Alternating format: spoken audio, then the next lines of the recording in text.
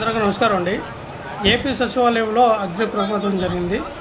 AP సచివాలయం రెండో బ్లాక్లో చెలరేగిన మంటలకి మరి ఇదే రెండో బ్లాక్లో డిప్యూటీ సీఎం గారు ఉంటారు, ఆర్థిక మంత్రి పయ్యావుల కేశవ్ గారు ఉంటారు, పౌర సరఫరాల శాఖ మంత్రి నాదెండ్ల మనోహర్ గారు ఉంటారు, టూరిజం మంత్రి కొందుల దుర్గేష్ గారు ఉంటారు, దేవాదాయ శాఖ మంత్రి ఆనం రామనారాయణ రెడ్డి గారు ఉంటారు, మున్సిపల్ శాఖ మంత్రి నారాయణ ఉంటారు, హోంమంత్రి వంగలపూడి అనితి గారు ఉంటారు. వీళ్ళందరూ కూడా ఉన్నటువంటి మరి రెండవ బ్లాక్ ఏదైతే ఉందో సచివాలయంలో ఈ రోజున తెల్లవారుజామున అగ్ని ప్రమాదంలో మరి మంటల సరరాగుడు మనం చూసాం.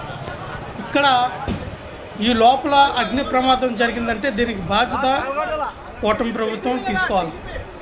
మరి ఎక్కడ ఎవరు లేనప్పుడు కూడా ఎందుకు అగ్ని ప్రమాదం జరిగింది, అక్కడ ఏం పెట్టారు, మీ కూటమి ప్రభుత్వం నాయకులు మీరే ఎందుకు దాన్ని తగలబెట్టారు, ఏ విలువైనటువంటి డాక్యుమెంట్లు అందులో ఉన్నాయి, ఏ సమాచారం అందులో పెట్టారు, దేనికి తగలబడింది, అది సర్క్యూట్ అయిందా లేదా కావాలని మీరు తగలబెట్టారా?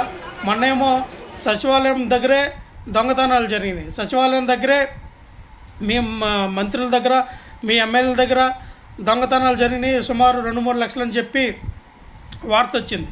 ఈరోజేమో ఏకంగా సచివాలయం రెండో బ్లాకే కాలిపోయింది. దీనికి ఎవరు బాధ్యులు, ఎవరి వల్ల జరుగుతుంది, దేనికి జరుగుతుంది? కేవలం మీరు ఉంటున్నటువంటి సచివాలయం బ్లాక్ను కూడా మీరు కాపాడలేకపోతే ఆంధ్రప్రదేశ్ రాష్ట్ర ప్రజల్ని ఏ విధంగా కాపాడతారు? ఆంధ్రప్రదేశ్లో లా అండ్ ఆర్డర్ ఏ విధంగా ఉంటుంది?